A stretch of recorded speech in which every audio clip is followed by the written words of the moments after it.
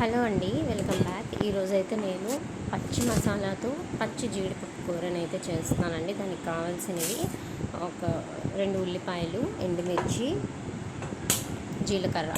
దీన్ని మసాలా చేసుకుంటాము. First stove on చేసుకొని కడాయి పెట్టుకొని ఆయిల్ వేసుకొని, ఆయిల్ వేడెక్కిన తర్వాత జీలకర్ర, ఆవాలు, కరివేపాకు వేయాలి. దీనిలోకి మనం ముందుగా గ్రైండ్ చేసుకున్న మసాలా వేసుకొని కొంచెం ఆయిల్లో బాగా వేగనివ్వాలి.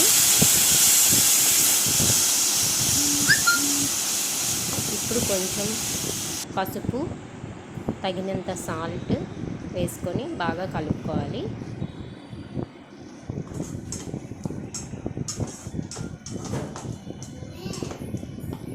బాగా కలుపుకొని సిమ్ చేసుకొని లో ఫ్లేమ్లో పెట్టి మూత పెట్టుకోవాలి.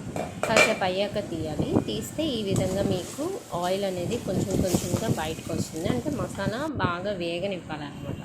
ఇందులోకి మనం ముందుగా పొట్టు తీసుకున్న పచ్చి జీడిపప్పుని వేసుకుందాం. బాగా మిక్స్ చేయాలండి.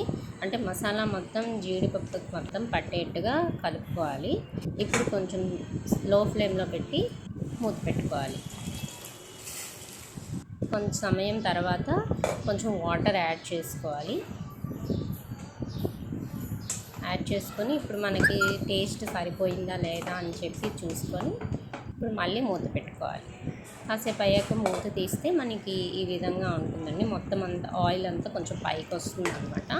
ఈ కర్రీతో మనం చపాతీ, రైస్, రోటీ బాగుంటుందన్నమాట. నేనైతే రైస్కి పెట్టుకుంటాను. చాలా బాగుందండి. యమ్మీ యమ్మీ పచ్చి జీడిపప్పు కూర రెడీ అయిపోయింది. Thank you.